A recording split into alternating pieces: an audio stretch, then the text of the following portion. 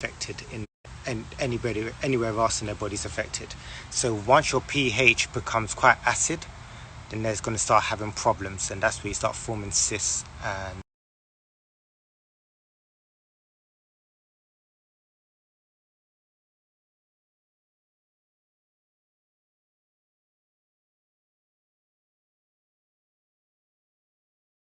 a lot of women do have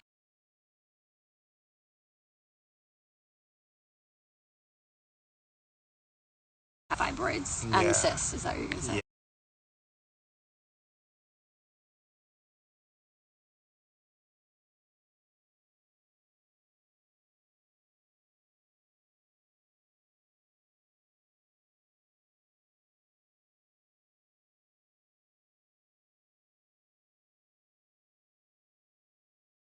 Homeostasis. We want to balance our hormones, because if you don't know what Laceinne was going through last year, she had some serious hormonal imbalances, and we couldn't actually do a fast or a deep cleanse that we are currently planning on or currently doing right now at any time before this, because we had a baby and she's been breastfeeding all this time. And then whenever she eased off of breastfeeding, we've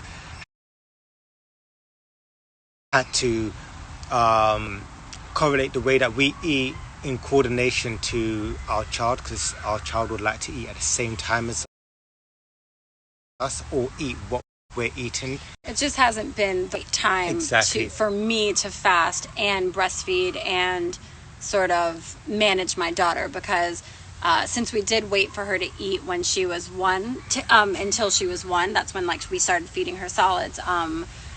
Some children just jump right into food. She wasn't like that. She didn't really start eating until she was 18 months. And then it wasn't until recently, I would say, since she's been 2, a little bit even after that, maybe since the new year, that she's really been eating her own food when she wants to, when she's hungry. Before that, it was just hey, you don't need breast milk. Don't you want to eat this yummy smoothie? And I would have to sort of coax her. Where now it's just she can eat by herself. She doesn't need me to eat with her, if that makes sense. Yeah. So doing a water fast not only cleanses the body, but it also balances your hormones. It regulates your suprachiasmatic nucleus, which is the a part in your brain which regulates your circadian rhythm, and also starts to help to regulate your hormones, which is part of the endocrine system, which is the endocrine system is for women, it's their ovaries, it's their adrenal glands, it's their thymus, it's their thyroid, and then their pituitary gland. That's part of the endocrine system for women, so we want to make sure that's completely balanced so that her progesterone and estrogen levels are back in regular cycle. And then we are going to break fast, and then we're going to be on a super iron boosting diet, and then we'll probably give it about a month or 2. I think we'll be able to start trying again before the summer's over, in the summer. I don't hopefully, we'll see, but I don't think it'll take long, because I have been trying to focus on more iron-rich foods and focus on my iron and my blood for a while now. And that's in the form of, I mentioned this on my live, but if you check the hashtag healing through bleeding, I've documented the things I've been doing to decrease my estrogen, increase my progesterone, increase my iron, which are things like not using plastic, which we don't really anyway, but paying mind to that. You have yellow dock root tea that I could drink, and there's blackstrap molasses, and there's Irish sea moss and bladderwrack and liquid chlorophyll, different things that I've been doing. So we'll just really focus on getting back to that after this fast, and eating, we eat really well, but of course, especially me, there are things that I eat that maybe I shouldn't all the time, even if it is just spelt flour. Trying to stay away from that and focus on the good fresh fruit and vegetables, and then have a baby. You're gonna have a baby. So another question is, you might want to pace yourself, because there's a lot of questions. Okay, sorry. We're just gonna keep them short and fly through them. The next one is, can you breastfeed whilst water fasting? It's a popular question. Yeah. So for a lot of people that if depend on the age of your child, and our child is 2 She's 2.5 now. Yeah, almost 2.5. And my suggestion at this age would be, yes, you can. I would just avoid breastfeeding during a time where your body's going through a detox. How would they know when that is? It's because you would know by the way that you feel that you don't feel 100%. Whenever you don't feel 100%, then you know that your body's going through some type of elimination. So that would be some fatigue. You might be going through you'll go through light symptoms, and light symptoms is fine to breastfeed, which would be like your headache, feeling cold, might be like slightly lightheaded and dizzy. Those are fine. That just means you need to just chill out. But when you actually go through heavy detoxification, where you almost feel like you're quite paralyzed in a sense, I would say try to avoid breastfeeding at that current time. And then, if I could just add to that, it does depend on the age of your baby, if they're eating solids, how often you breastfeed. Because some women, might just breastfeed to sleep, their baby. But for those who are still breastfed on demand, a few different things are involved, but like you said. I mean, that's an easy one. Were you both together when your baby was passing? Yes. I was just on the front lawn of the house here, just kind of going through it, and like I said, what I believe to be the baby passed through on the toilet, and I let everybody know, and then I felt better. So. I wasn't in the bathroom when she passed it. No, but he was in the house. Question: Did your baby pass in a clear egg like sac, or was he different in appearances? When you click on these, can they see the questions? They can see it. That's why I'm clicking on it. So basically, our baby was too small to be able to see anything. So the baby stopped growing at 6 weeks. So literally it would have been like tissue. That is all that you see, because it would have been so tiny, like maybe the size of my nail on my pinky, probably smaller. When the baby is bigger is when you can start seeing those things. So no, we didn't see anything. Was there any questions that you wanted to answer from the iPad from your life? I'll check while you search too.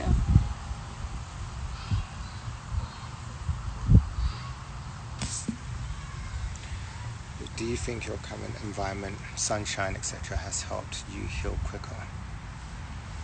Yeah, definitely. 100%. I mean, sunshine, we start talking about hormones as well. Your hormones is produced from your cholesterol. And sunshine helps with the conversion of your cholesterol to hormones. So sunshine definitely plays a role. How you eat definitely plays a role. The type of foods that you eat also plays a huge role. Is because the foods that you consume is either going to carry the energy which is going to transfer certain types of energy to you, whether it be through stress, fear, anxiety, depression.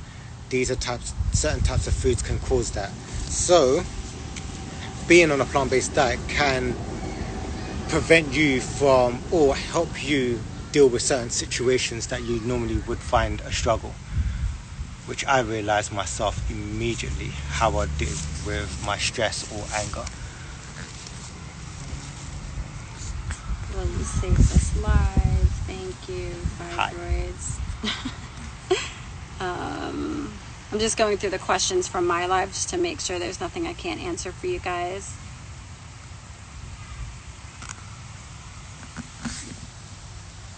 Thank you. You are great, just to let you know. Is that to you or me? I'm going to take it as to me. Take that.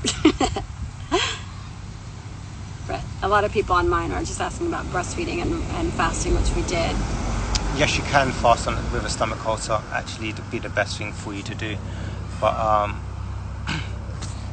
it's the foods that you put back into your body which is going to affect you negatively. Also, you're not drinking enough water. That's why you probably have it.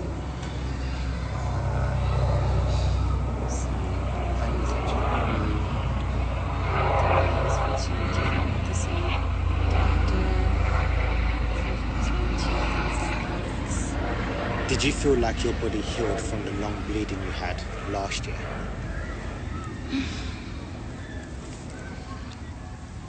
I guess in hindsight, now that it's over, yes. When I was going through it, I was just like, why is this happening?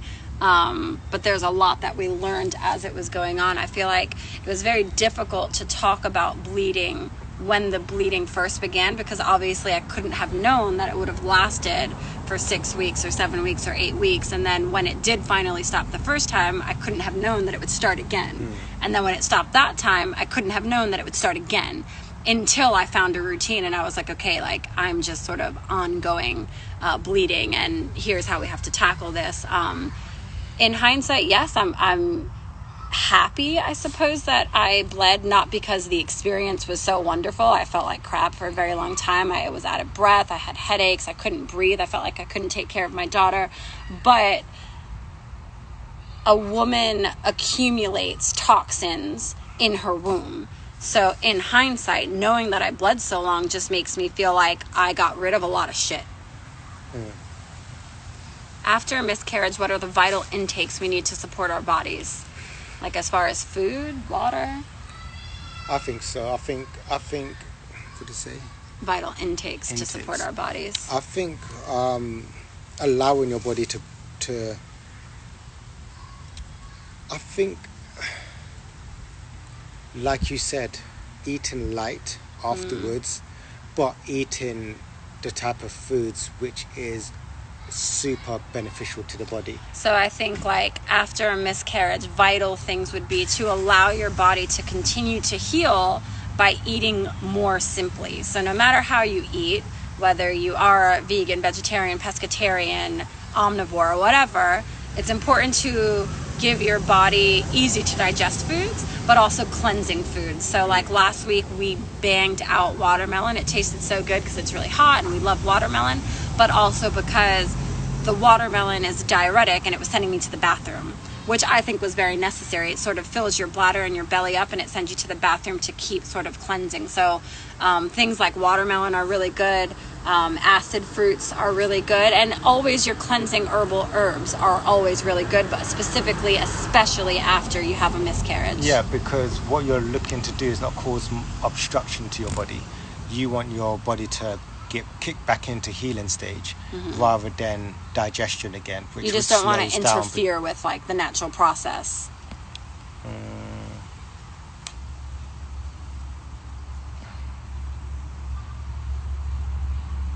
Next weekend.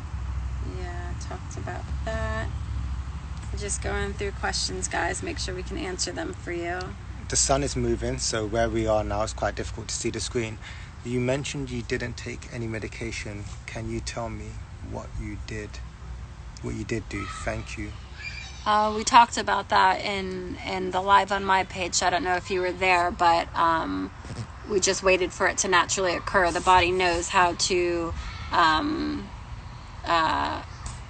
what do you call it? Like expel a baby. So we just waited for it to naturally happen, and that happened on Tuesday. The following day, and it lasted for about 3-4 hours. The intense sort of cramping, and then the baby was gone. Yeah. How do you deal with Vic? It's kind of how to deal with recurrent miscarriage if bloods are okay. Miscarriage, for one, they're never going to tell you there's a specific cause, so you need to look internally at yourself. It's not always about your blood work. It could be your uterus, it could be your ovaries, it could be hormones. The male sperm, it could be hormones, it could be something emotional, it could be trauma, it could be any number of things. So it's going to take a lot of intense work if you're having lots of miscarriages to really look in towards yourself, figure out the problem is, and solve the issue actively.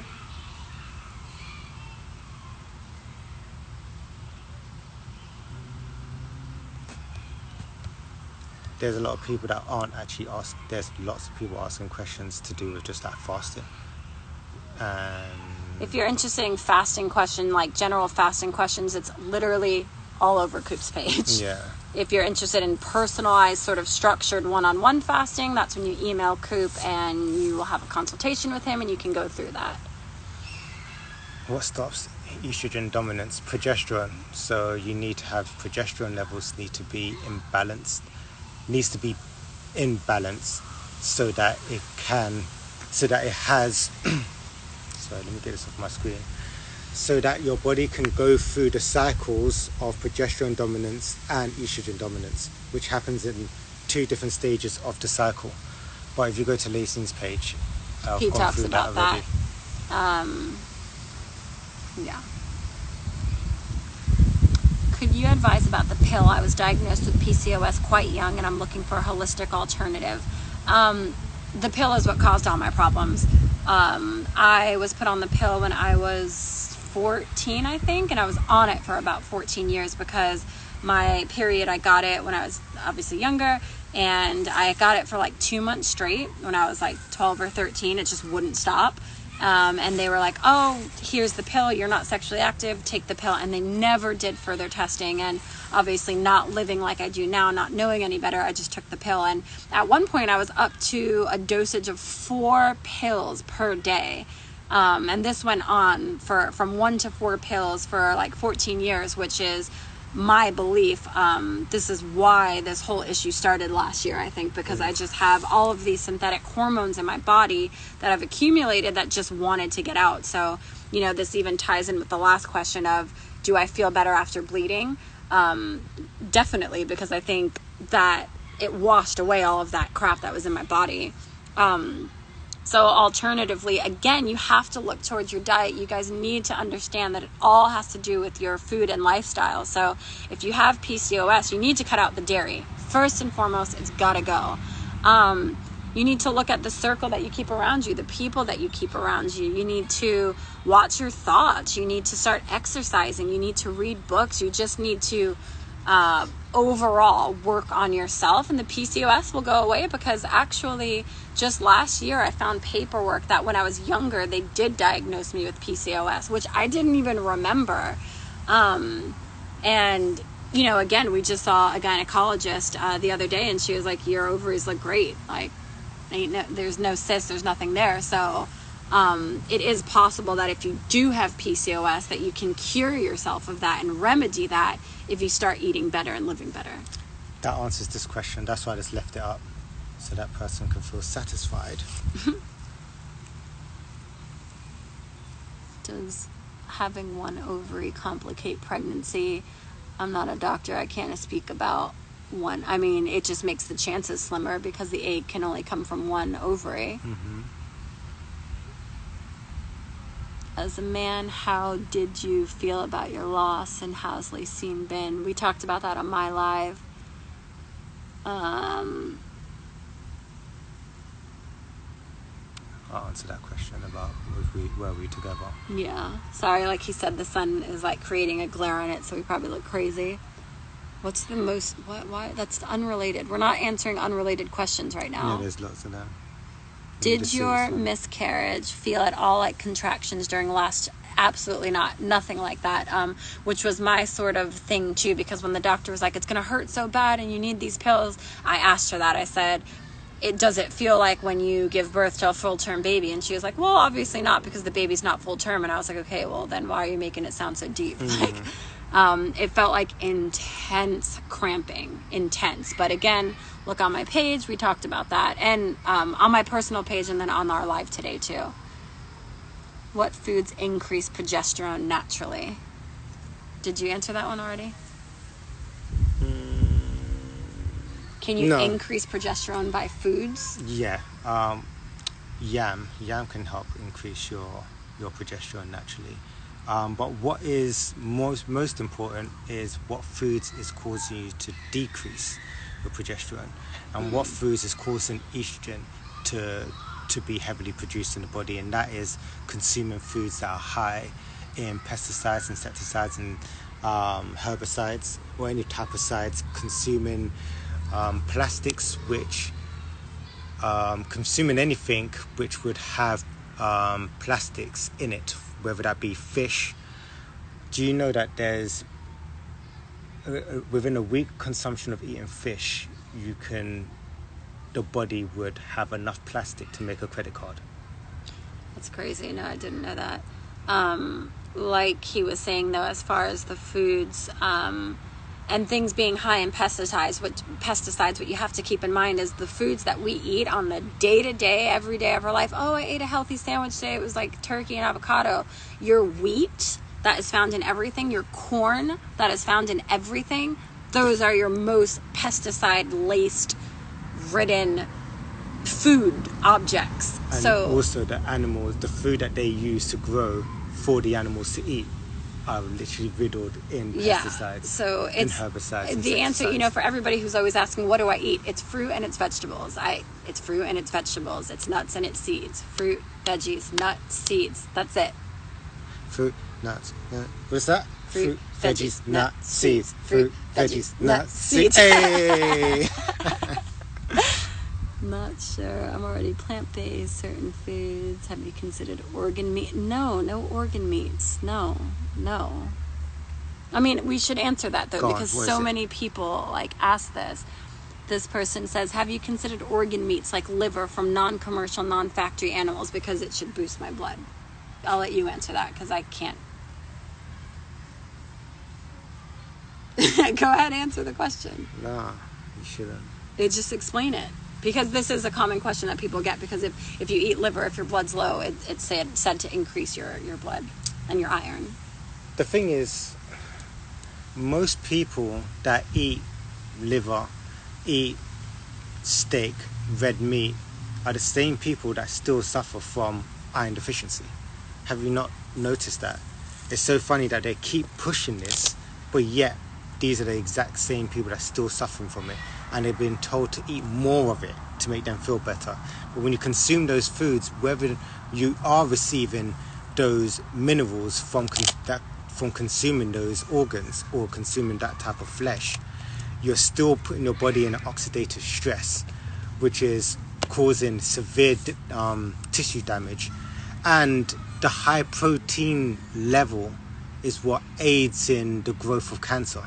Hence, and then the lack of fiber, which we don't have a short digestive tract. We have a very long digestive tract.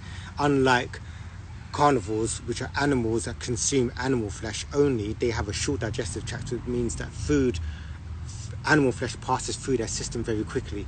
Us, it doesn't. So when you eat animal flesh and then you drink alcohol, that alcohol would typically, as it passes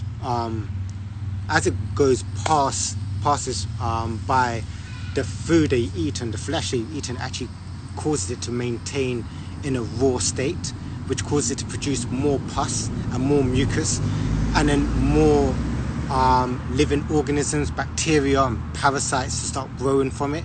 And then it's slowly passing through your system. Something that should take 12 hours to get to your colon would then take 62 hours to get to your colon. And within that time, the amount of insects and... I'm sorry, I have to see your face. I don't want to talk about it no more. When I'm at the dinner table and people are like, why shouldn't I eat this? And I'm like, you don't want me to answer that question. Everyone always loves to quiz you at dinner time. Don't quiz me at dinner time. Don't quiz me ever. Eat how you want to eat. Just eat how you're eating. How should I eat? Fruit, veggies, nuts, seeds. Hey. Fruits, veggies, nuts, seeds. Pop it. No, have you looked? Yeah, see, this is the same person. This person needs to... Yeah, well, he's trying to get that answer. Has the bleeding stopped? We answer that. Dry fast versus water fast. These are fasting questions. Doing a colon cleanse whilst breastfeeding. We can answer that one. Would you recommend doing a colon cleanse while breastfeeding? I've done it. Yeah. There's no contraindication. No. It's a totally different system. Be mindful of what you use, but if you're going to do a colon cleanse, I would say do hydrotherapy, which would be a colonic irrigation, or enemas, because you're not taking anything. Because, for instance, when our daughter's been congested for any reason, then Laceinne would have some prunes, when she would eat 6 to 8 prunes or whatever, and then our baby would... Remember? Yeah. So if you're going to do a colon cleanse, make sure it's a colon cleanse for yourself, not something that you ingest, because what you ingest, your baby's going to receive. Oh, I see what you mean. Yeah, so you would go to someone and get a colon cleanse. Yeah. Don't just drink a bunch of prune juice or eat prunes and get the shits. Because go get a proper colon cleanse. But that doesn't have anything to do with breastfeeding. You can totally do that. It's fine. Thanks for sharing. Why so much watermelon? Because it's a natural diuretic and it cleanses your system. When's the right time to try again after miscarriage? After healing, which I think is personal. Yeah. You have to understand why you miscarried. And then you have to solve that problem, and then you can try again. So if you Google it, Google's going to say whenever you get your normal period back, which could be in, I think they say it's either 2 to 6 weeks or 4 to 6 weeks. I don't remember. Google's going to tell you when you get your period back, as long as you're ovulating, you can have a baby. But personally, we feel like heal yourself so that this doesn't happen again. Yeah. Basically, you want to set a good, clean, healthy bed for your baby to develop in, rather than just jumping from one end to another so quickly. So that's why we're going through this whole cleansing program before we actually attempt to go again. I like this feature. It's always there, you know. I don't know. I don't do lives like you. I don't know. Do you know what? I think we've answered the questions, and also we've answered the majority of the questions from the other live. Yeah. So that's it, guys. If you want to know more about like what we've been through, how we feel, what steps we've taken, what the process was like, you can again check the hashtag Lacinne's Angel Baby. There's another hashtag for my whole bleeding journey, healing through bleeding. That's THRU. But you can just go directly to my page as well. That's where our first live is from today, talking about the miscarriage, and then we hopped onto Coop's Instagram here to talk about fasting, why we're fasting, how it's going to cleanse how it's going to cleanse me. And yeah, just know that you're not alone. Miscarriage does happen. Does that make it normal? No, because I do think, the human body is created perfectly. So if we are having miscarriages, there's something deeper going on. But it's all going to be okay. It's not anybody's fault. It's not your fault. It's not my fault. The human body is so complex. There's always things to learn about it. And everything's going to be okay. Reach out for support. Get the help that you need so that you feel supported, so that you can take the next step and make good decisions and feel good about it, and healing yourself. And yeah, we're here. I'll be documenting more of what's been going on, and I'll definitely document like my water fast. Coop doesn't document his because he does it all the time, so he's a professional. But for me, like I said, it's like 4:30 now, and I still feel fine. I've been drinking water. I've had some ice cubes. I've been a little headachy today, but I don't know if that's from the fast or not, because the past few days I have been a little headachy. And I should throw this out there. I've only ever done one 5-day fast before, and that was before I had my daughter. So we'll see what kind of fun we get into over the next few days. Until then, thank you for joining us. Should I do this? Isn't that what you do? Yeah. Wait, I can't smile though. It's like, do I look angry enough? He always looks angry. Thank you for your questions. I hope we answered as many as we did. I hope we're satisfied with our answers. I mean, that's it, innit? There it goes. That was it.